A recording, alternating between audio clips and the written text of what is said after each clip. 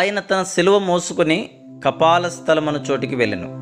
యోహాను సువార్త 19వ అధ్యాయము 17వ వచనం.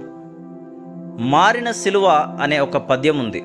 ఒక స్త్రీ తన సిలువను మొయ్యలేక అల్లసి సొలసి తన చుట్టూ ఉన్న వాళ్ళు మోస్తున్న సిలువలను చూసి, నా సిలువ వాళ్ళందరి సిలువల కంటే బరువైనది అనుకుంది.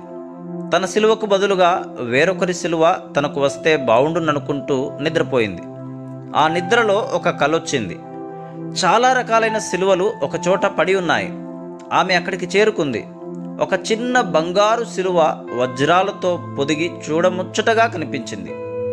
దాన్నైతే ఇష్టంగా ధరించుకొని తిరగగలను అనుకుంది ఆమె. దాన్ని తీసుకోవడానికి వంగింది. ఆ బంగారం వజ్రాలు అందంగానే ఉన్నాయి, కానీ ఆ సిలువ ఆమె కదిలించలేనంత బరువుగా ఉంది. ఆ ప్రక్కనే అందంగా చెక్కిన ఒక సిలువ కనిపించింది.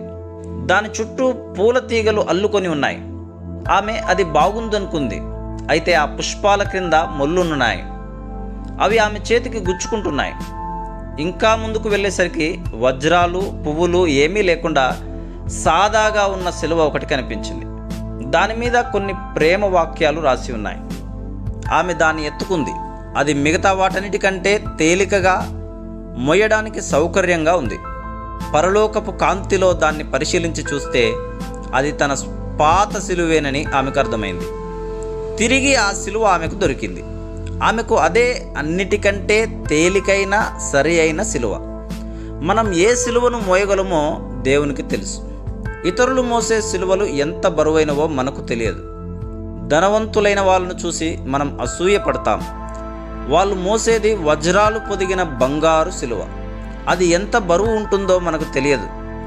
కొందరి జీవితాలు ఎంతో అందంగా ఉన్నట్టు అనిపిస్తుంది. వాళ్ళు పూలతో అలంకృతమైన ఆ సిలువను మోస్తున్నారు. మన సిలువ కంటే తేలిక అనుకున్న సిలువలన్నింటినీ మనం ఒకసారి మోసి చూస్తే మనకు అర్థమవుతుంది, మనకు సరిగ్గా సరిపోయేది మన సిలువేనని. నీ సిలువను చిరాకుతో పారేసుకుంటే దొరకదది మళ్ళీ ఈ లోకంలో. దేవుని కోసం ఇక్కడే మోయాలి. దాన్ని నియమించాడు ఆయన. మరో లోకంలో ఆయనతో ఉంటాము, ఆయన్ను ప్రేమిస్తూ ఉంటాము. కానీ ఇక్కడ తప్ప మరెక్కడా దక్కదు ఆయన కోసం శ్రమించే ధన్యత. 1-2 గంటలు శ్రమపడలేవా? సమాప్తమైనదంటూ ఆయన పిలిస్తే నీలో రగులుకునేది నిరుత్సాహమే. విడుదల వచ్చినప్పుడు అంటావు గదా, నన్ను మరి కాసేపు మోయనివ్వండి, నా దేవుని మహిమార్థం బాధలు పడనివ్వండి. ఇంత త్వరగా అయిపోయిందని దిగులు. దేవుడు నీలోంచి మహిమ పొందాలి. ఇంకా కొంతకాలం, ఇంకా కొంతకాలం యేసుతో ఏకాంతంలోకి, ఆయన చేతిలో